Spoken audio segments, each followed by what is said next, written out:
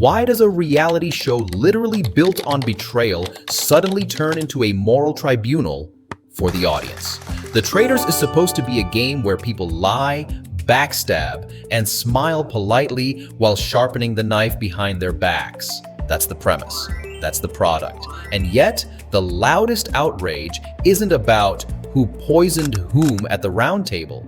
It's about viewers begging for a real-life banishment of one contestant because they can't stand him outside the castle.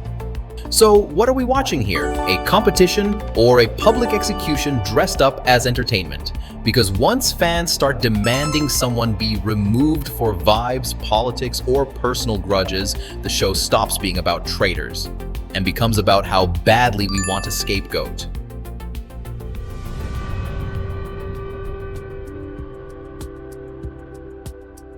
The Traitors isn't subtle about what it is. It's a glossy, weaponized dinner party staged in a Scottish castle, hosted with theatrical relish by Alan Cumming, where the whole point is deception. Friendships built on sand, alliances formed at breakfast and buried by midnight. Contestants call themselves faithful and traitors. Missions fill the prize pot, and every night ends with someone being murdered in secret or banished in public at the Roundtable. Betrayal isn't a twist, it's the menu.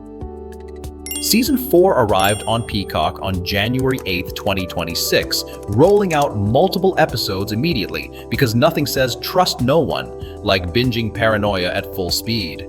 The cast is a deliberately chaotic mix of public figures and reality TV veterans, engineered to collide on camera. Peacock and outlets covering the season highlighted a lineup stacked for fandom warfare. Donna Kelce, Lisa Rinna, and crucially for this story, actor and comedian Michael Rapaport. And if The Traitors is a game about spotting liars, then Rapaport's presence triggered something stranger than gameplay suspicion. Almost immediately, the conversation online wasn't "is he a traitor?" but "why is he here?" Not "did he betray someone?" but "get him out." Viewers started framing him as a problem that needed to be removed from the castle, like the show accidentally cast a live grenade and everyone's pretending it's just quirky. Coverage and online chatter centered on the intensity of the backlash, fans begging for him to be banished, not because of a strategic masterstroke, but because they found him intolerable as a person and as a presence. That's the surface-level image of the controversy, a show where betrayal is expected, yet the loudest outrage is aimed at a contestant for what feels like an off-screen resume. His public persona, his history, his reputation, his everything about him. It's less he played badly and more he doesn't deserve oxygen. Even the media framing starts to sound like a hostage negotiation. Is he ruining the season? Is he a huge problem? The language drifts from game analysis into moral disgust. And Rapaport didn't exactly meet that reaction with monk-like serenity. Reports describe him responding publicly to the backlash, clapping back, and addressing viewers directly.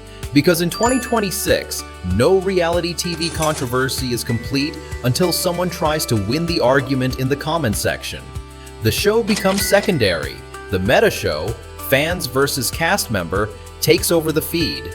But here's the part that makes this more than just petty reality TV noise. The Traitors is literally built to make you distrust people. It rewards paranoia. It turns social judgment into sport. Yet the Rapaport situation shows how quickly viewers can stop playing along with the rules of the game and start demanding consequences outside the game. Banish him stops meaning vote him out strategically and starts meaning remove him because we don't want him on our screens at all. The Roundtable becomes a fantasy courtroom where the audience wants a verdict, not a vote. And wait, because this is where the story gets interesting. If the show is about traitors, why is the audience searching so desperately for a villain who doesn't even need to betray anyone? Why does annoying sometimes trigger more outrage than actual deception? Why does the internet treat reality casting like a moral endorsement, as if appearing on a competition show is a medal for good behavior rather than a contract for entertainment? That's the surface. A castle, a cast, a backlash, a demand for banishment that sounds less like gameplay and more like public cleansing. And once you see that, you can't stop noticing the real engine underneath.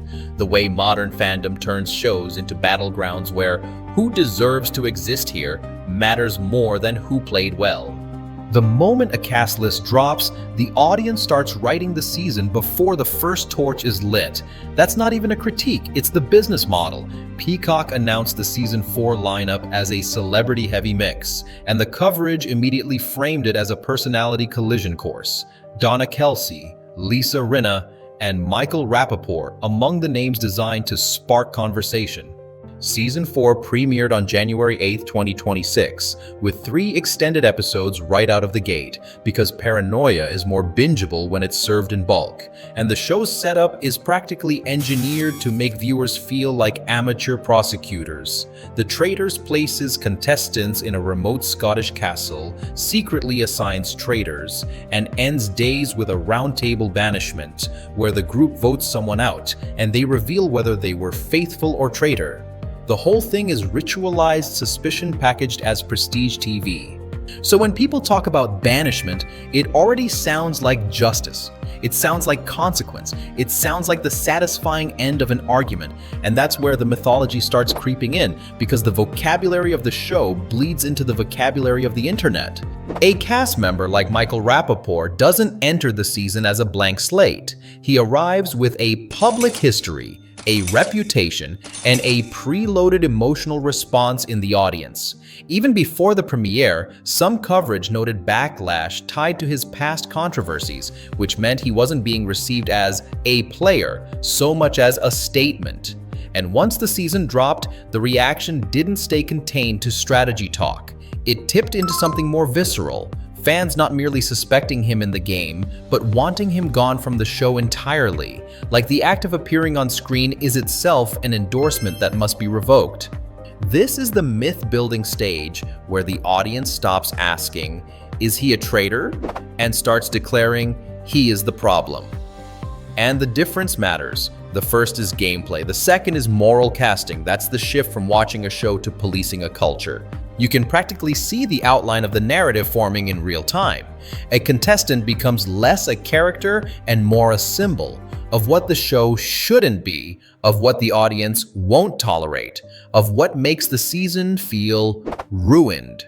The discourse turns absolute, not "I don't enjoy him," more like "He shouldn't be here." It's a subtle escalation that sounds normal online because the internet always talks in verdicts. And because the Traitors is built on suspicion, it gives that verdict a stage. When viewers say banish him, they're borrowing the show's mechanics and aiming them at the real world. They're not discussing moves, they're describing cleansing. And the moral satisfaction is the same. Remove the contaminant, restore order, feel good again. But wait. This is where it gets even more revealing, because the Traitors isn't shy about casting big personalities. Peacock's own coverage leans into the idea that these are public figures with strong identities and reputations. The show wants friction. It wants you to argue about people. It wants you to have favorites and enemies by episode 1.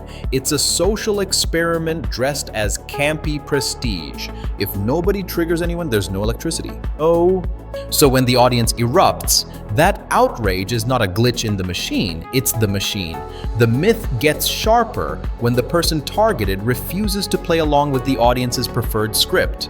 Rapaport addressed Backlash publicly. Coverage describes him clapping back at claims about his social standing with the cast, which is exactly the kind of meta-drama that pulls focus away from the game and into personality warfare. Now, you're not just watching Traitors, you're watching the second show that forms around it, cast member versus crowd, with the algorithm as judge and jury. And once that second show begins, the original premise almost doesn't matter. The Traitors could be set on the moon. The missions could involve stealing diamonds from a dragon. The discourse would still circle the same drain. Why did they cast him? Why is he still there? How do we get him out? Because the story has become about ownership. Viewers don't just consume the season, they feel entitled to curate it. This is where fandom logic turns into something that looks like morality but behaves like control. If a contestant is disliked for out-of-show reasons, the demand isn't merely criticize him, it becomes erase him. And that demand carries a disguised assumption that entertainment must also be an ethical mirror, and that casting is a moral certification. If the show includes someone objectionable, the show must be endorsing objectionability. But reality TV has never been a church, it's a zoo with better lighting. And the deeper irony is that the Traitors openly rewards deception. The game is literally about lying and manipulating. Yet the most intense reaction is not about dishonesty inside the castle. It's about whether a person deserves to be on your screen at all. Not he played dirty, but he exists wrong. That's why this controversy is such a perfect satirical subject. A show about betrayal becomes the stage for real-life purification fantasies. Here's the detail that makes it almost too perfect. Banishment in the Traitors is supposed to be a strategic act under uncertainty. Players vote, the banished reveals their affiliation, and the group adjusts. It's messy by design. But online, banish him becomes a desire for certainty. It's not strategy, it's catharsis. It's the audience trying to end discomfort by removing the person who triggers it.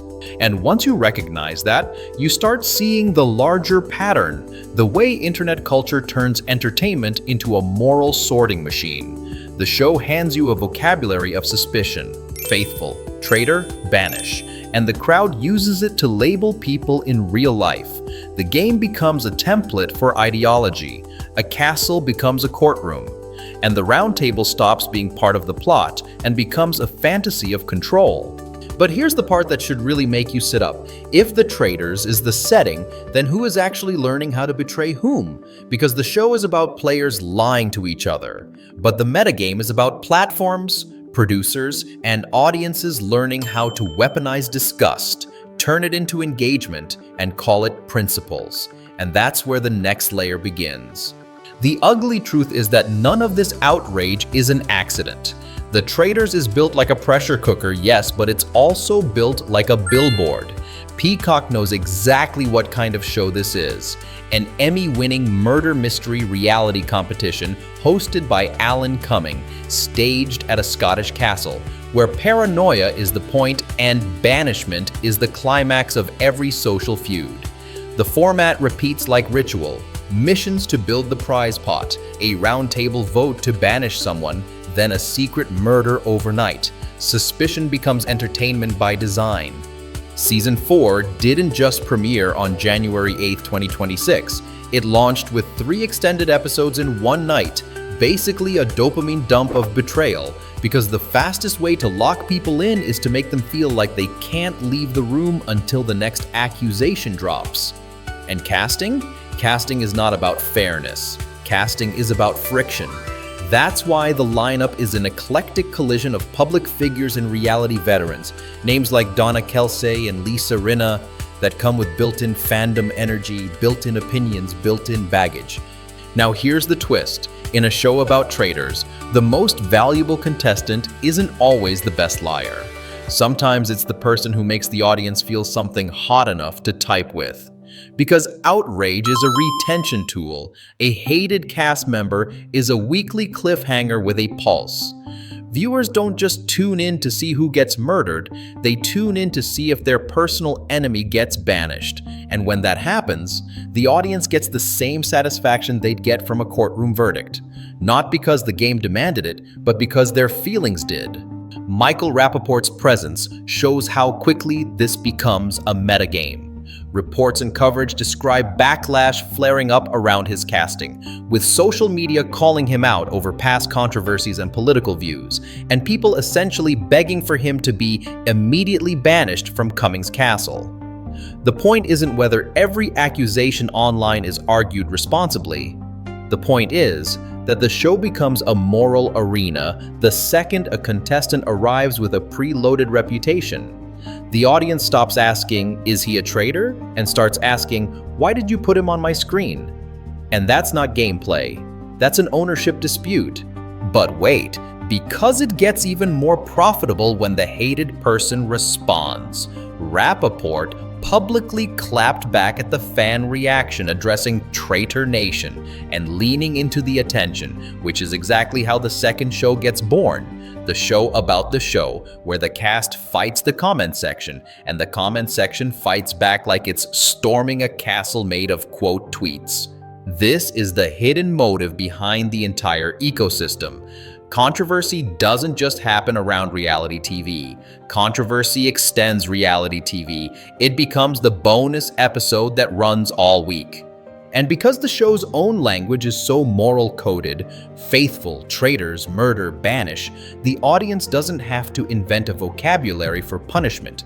The show hands it to them like a sharpened utensil. Banish him stops meaning vote him out strategically and starts meaning remove him from the platform of visibility, which is a very different kind of sentence. The Roundtable becomes a fantasy of control. If enough people demand it, surely production will comply. Surely the universe will correct itself. Surely entertainment will behave like a court of law. Here's the darker layer.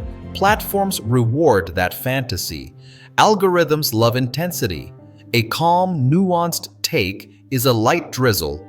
Outrage is a thunderstorm you can monetize, so the discourse around a polarizing contestant becomes self-feeding. People post about how much they hate him, other people respond to how much they hate the hating, and suddenly the hated person is the gravitational center of the season. Not because he played the best game, but because he played the best role, the human magnet for attention. And that's the reason the real-life banishment demand feels so loud. It's not just fandom being dramatic, it's the system working as intended. A streaming schedule built to keep you coming back, a format designed to make you judge, and a casting choice that turns moral disgust into a weekly appointment.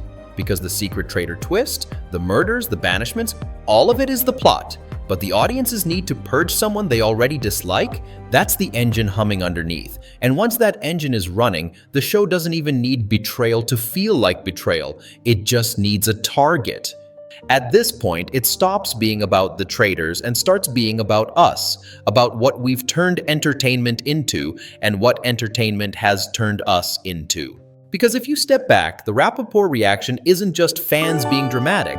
It's a symptom of a larger cultural habit, turning every piece of media into a moral sorting exercise. Not did this storyline work, but is this person allowed to exist in the story at all? Not was this good television, but does this align with my identity, my politics, my tribe, my sense of righteousness? And the thing is, that habit feels virtuous. That's why it spreads. It lets people experience disgust as a form of moral clarity. It turns personal taste into ethical conviction. If you don't like someone, you don't just say, they annoy me. You elevate it. They're harmful. They shouldn't have a platform. Production is irresponsible. Suddenly, your discomfort becomes a social mission. The Traitors practically invites that mindset because it dresses judgment up as ceremony. He Roundtable is filmed like a medieval tribunal. Everyone sits in the dark, torches flicker, accusations fly, and the vote is treated like fate. It's suspenseful because it mirrors something human, the desire to identify the problem and remove it. But what happens when that psychological ritual escapes the castle and moves into real life? Then Banish stops being a game mechanic and becomes a worldview. The internet becomes one endless roundtable. Clips circulate, people make verdicts off headlines, and the public sphere turns into a constant audition for moral approval. You're either faithful or traitor. You're either safe or contaminated. And nuance becomes the first body in the river. That's why a contestant can be convicted before they even do anything inside the game. Because the audience isn't watching for strategy anymore. They're watching for confirmation. They're watching to see if their pre-existing hatred will be validated by the show's official punishment. Banishment. The game becomes a delivery service for catharsis. And when that catharsis doesn't arrive quickly enough, the audience gets impatient. They take it personally. They flood social media. Hey, demand the producers fix it. As if casting were a moral endorsement and screens were a public trust. As if a reality show is obligated to feel emotionally comfortable, not narratively compelling. Here's the deeper irony. The Traitors is, on paper, a satire of paranoia. It should reveal how easily people turn on each other when fear and suspicion are incentivized. But when fans demand real-life banishment, they prove the show's premise in the most unflattering way possible. They don't just watch the social experiment, they reenact it, with more confidence and less evidence. And that's where the cultural consequence lands. When fandom becomes a moral court, empathy gets warped, it becomes selective. People extend endless grace to those they already like and none to those they've decided are bad. The target is no longer human, they're an object lesson, a symbol, a villain shaped into a convenience. This kind of viewing turns audiences into participants in a power game, not just spectators. You don't just sit back and enjoy chaos, you try to steer it. You reward the angles that match your worldview. You punish the ones that don't. You train the industry to cast controversy because controversy produces engagement. And engagement is the god behind every streaming platform's altar. So the question isn't, why did they cast someone polarizing? The question is, why does polarizing casting feel like a moral emergency to viewers? Why does it feel like a betrayal of the audience itself? Because when entertainment becomes identity, disagreeable people don't just ruin the show. They threaten the self-image of the viewer. And that's why the demand for banishment feels so charged. It's not just get him off my screen, it's restore my sense of moral order. And once you see that, you realize the castle isn't the only place people are being judged in the dark. We've built our own roundtable online. And unlike the show, our verdicts don't end when the credits roll. So here we are, watching a show called The Traitors and realizing the most committed traitor in the room might be the audience's fantasy of purity. Because the castle is supposed to be a playground for deception, the betrayal is the entertainment. The whole point is that people lie, mislead, and weaponize trust. And we're meant to enjoy the tension, not treat it like a moral referendum on who deserves a career. Yet the second a contestant arrives with baggage from the real world, the game stops being a game. It becomes a trial. And the verdict fans want isn't "you got outplayed," it's "you don't belong here." That's the real-life banishment impulse. It's not strategy, it's cleansing. It's the belief that screens should only reflect people we approve of, that entertainment is obligated to comfort us morally, and that discomfort is evidence of wrongdoing. It's the kind of logic that feels righteous until you realize it turns every show into a courtroom and every viewer into a judge who never has to prove anything. And the funniest part, the part that would be hilarious if it weren't so revealing, is how perfectly this mirrors the show's premise. The Traitors is designed to expose how easily humans become suspicious, how quickly they form mobs, how eagerly they turn on the designated outsider. Fans demanding a real-life banishment aren't contradicting the show, they're demonstrating it. So maybe the real question isn't why Peacock casts polarizing people. Maybe it's why we keep begging for the roundtable to spill into real life. Why we confuse "I dislike him" with "he must be removed." Why we treat entertainment like a purity test and call it accountability. Because if you keep demanding that every cast member be morally spotless, you don't get better television. You get sterile television. And if you keep treating every disliked person as an existential threat, you don't build a kinder culture. You build a culture addicted to punishment. In the end, the Traitors didn't teach us anything new about betrayal. It just gave us a prettier set, better lighting, and a vocabulary we were already desperate to use. And here's the punchline you can't unhear. The show is about traitors, but the real betrayal is how quickly we'll trade curiosity for condemnation and call it virtue.